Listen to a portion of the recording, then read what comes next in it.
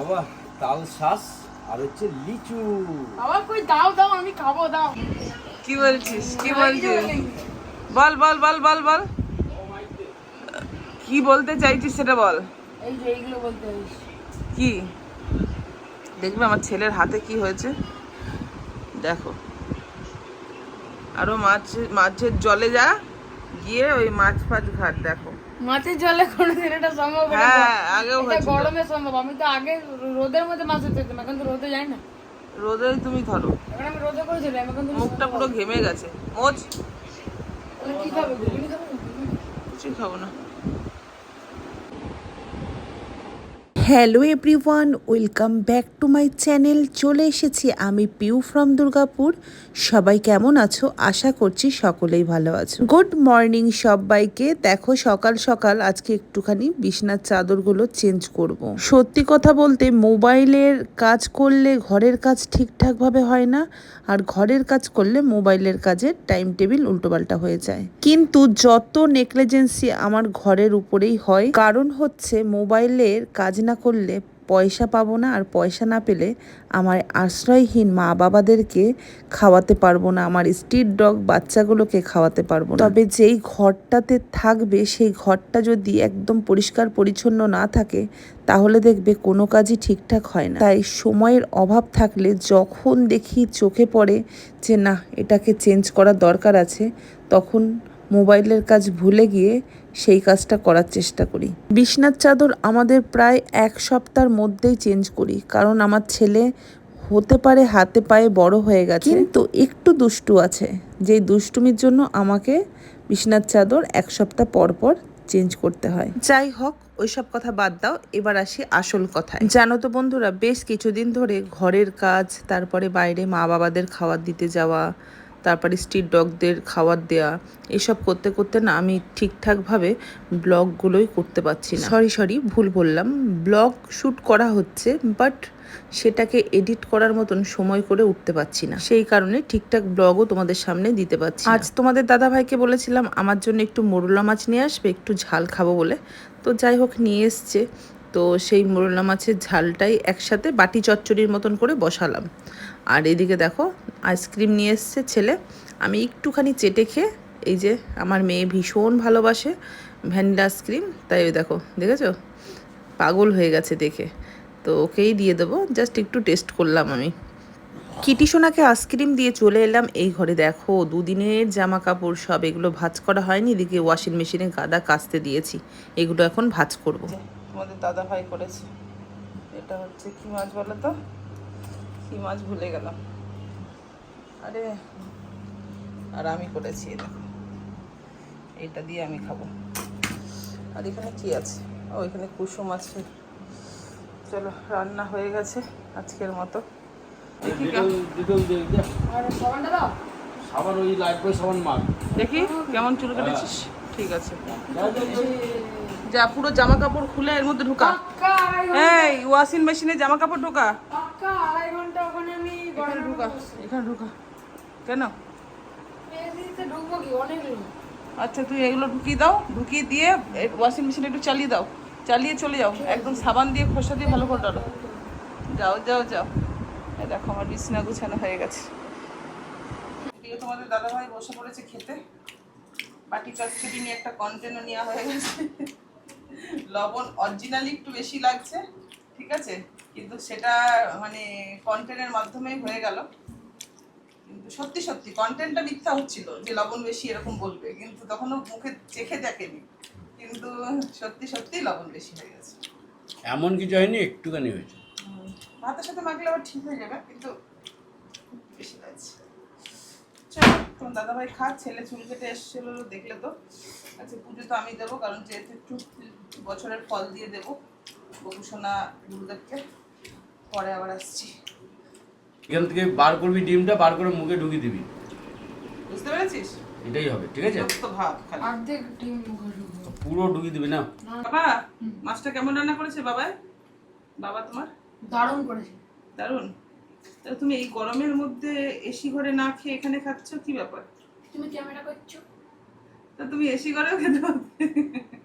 আমি যদি আমাকে আগে বলতে এসি ঘরে যেতে তাহলে আমি যেতাম।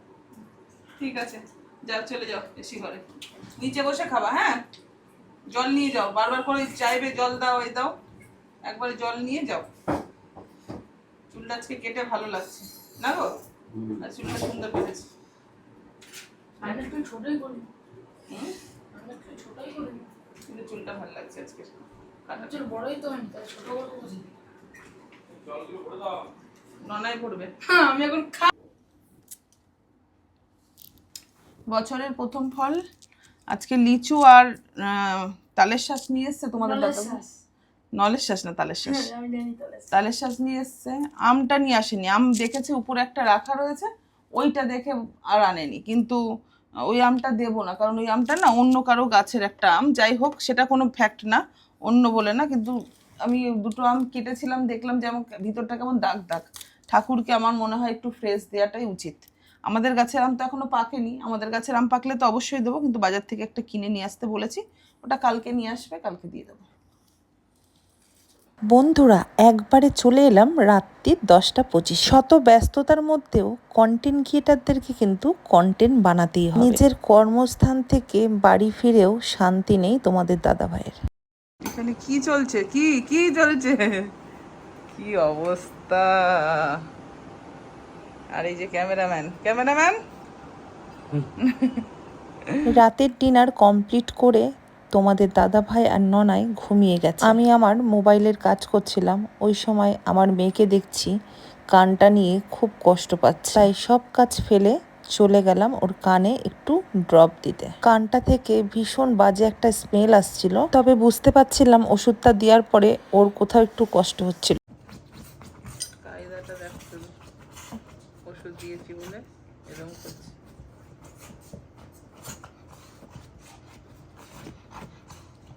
কানে ওষুধ দিলে এরকম করে বাচ্চারা? কি হয়েছে? কি শুয়ে পড়ো, ঠিক হয়ে যাবে। আজকের ব্লগটা অনেকটাই ছোট হয়ে গেছে, তাই কালকের ব্লগের সাথে অ্যাড করে দেবো এখনকার মতন। তাহলে good night. Welcome back to my channel. চলে এসেছি আমি পিউ ফ্রম দুর্গাপুর। সবাই কেমন আছো? আশা করছি সকলেই ভালো আছো। এত গরম। গুড মর্নিং সবাইকে। তো সকাল সকাল আজকে ব্লগটা রান্নাঘর থেকে স্টার্ট করলাম, আর আজকে কি রান্না হবে সেটা তোমাদের সাথে একটু শেয়ার করবো। দেখো, তোমাদের দাদাভাই নিয়ে এসেছে কই মাছ, আর এখানে হচ্ছে আমার কিটি সোনার মেটে। ঠিক আছে, কই মাছ তো আমি খাই না, আমি বলেছি আমার জন্য কিচ্ছু আনবে না, গরমে কিছুই ভালো লাগছে না। তাই লাউ শাক নিয়ে এসেছিলো কালকে, ওই লাউ পাতার বাটা খাবো। তাদেরকে ভিডিওটাতে বলতে বলতে হঠাৎ এখনই আমার মাথায় এলো যে লাউ শাক তো খেতে পারবো না। জ্যৈষ্ঠ মাসে শ্রেষ্ঠ পুত্র যাদের থাকে তারা নাকি লাউ শাক খেতে পারে না, এটা শুনেছিলাম। তো শাশুড়ি মা বেঁচে থাকতেই, তো সেই কারণের জন্য লাউ শাক তো খেতে পারবো না। এবার কি খাবো দেখি, আমারটা কি খাওয়া যায়, ওদেরটা তো আগে রান্না করি। লাউ শাকটা কাউকে দিয়ে দিতে হবে, আমি না খেলে এরাও খাবে না। পর্যন্ত কি খাবো ঠিক করলাম। এদিকে দেখো মাছের ঝোল বসিয়েছি, আম কেটেছি, টক ডাল করব, আর এই যে আলু ভাজবো। এটা হচ্ছে আমার খাওয়া। আর এদের জন্য এই যে মাছ ভেজে রেখেছি, কই মাছ, এই মাছের ঝোল করে দিই। এই হচ্ছে আজকের রান্না। তাকে খাইয়ে আসলাম। এদিকে দেখো তোমাদের দাদা ভাইদের মাছের ঝোল হয়ে গেছে, আর এদিকে টক ডালও আমার কমপ্লিট হয়েছে। এটা দিয়ে শান্তিতে খাবো। এবার আলুটা ভাজবো, কড়াই বসিয়েছি। দেখো জামা কাপড় কেচেছি, এবার এগুলো মেলবো। দাদা ভাই আজকে বৃহস্পতিবার, যে পুজো দিচ্ছে, বুঝেছো। আর একজন আমাকে বলেছিলে যে তোমাদের সিংহাসনটা আমার ভীষণ পছন্দ হয়েছে, কত দাম নিয়েছে, কোথা থেকে কিনেছে। আমি দেখবে লিঙ্ক দিয়ে দিয়েছি, তুমি যে আমাকে কমেন্ট করেছো আমি লিঙ্ক দিয়ে দিয়েছি, দেখে নিও। সোশ্যাল মিডিয়াতে কাজ করতে আসলে নেগেটিভ মানুষ আর পজিটিভ মানুষ দুটো মানুষই থাকে।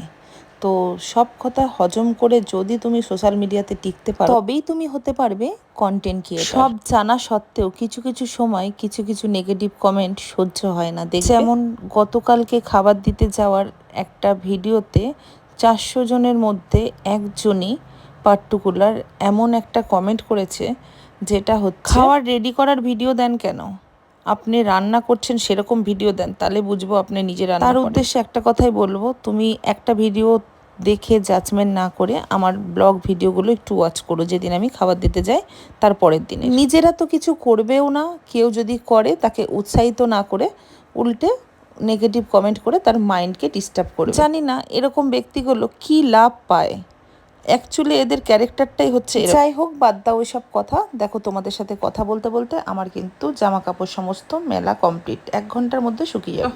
এই যে খেতে বসে পড়েছি ফাইনালি, আলু ভাজা, টক ডাল, আর এদিকে মাছের ঝোল, আর এদিকে কন্টেন্ট শেখাচ্ছে বাবা ছেলেকে। গরমকাল, ঠিক আছে, গরমকালের জন্য কি বলি বাবা, আজই মেনু আমরা টক ডাল আলু ভাজা দিও না, আলু ভাজা, ঠিক আছে। তো এইভাবে স্টার্ট হবে। তখন তুই বলবি যে বাবা কি খা, না ফার্স্টে বলবি যে বাবা কি দিয়ে খাবে বাবা। চলো বাকিটা ইতিহাস। তোমাদের দাদা ভাই ডিউটি চলে গেল আর আমি চলে এলাম বাইরে। এই জল দুটোতে একটু গ্লুকন্ডি দেবো, স্ট্রিট ডগগুলো খাবে। চলো বন্ধুরা, আজকের মতো টাটা, দেখা হবে নেক্সট কোনো ব্লগে। ততক্ষণের জন্য সবাই ভালো থেকো।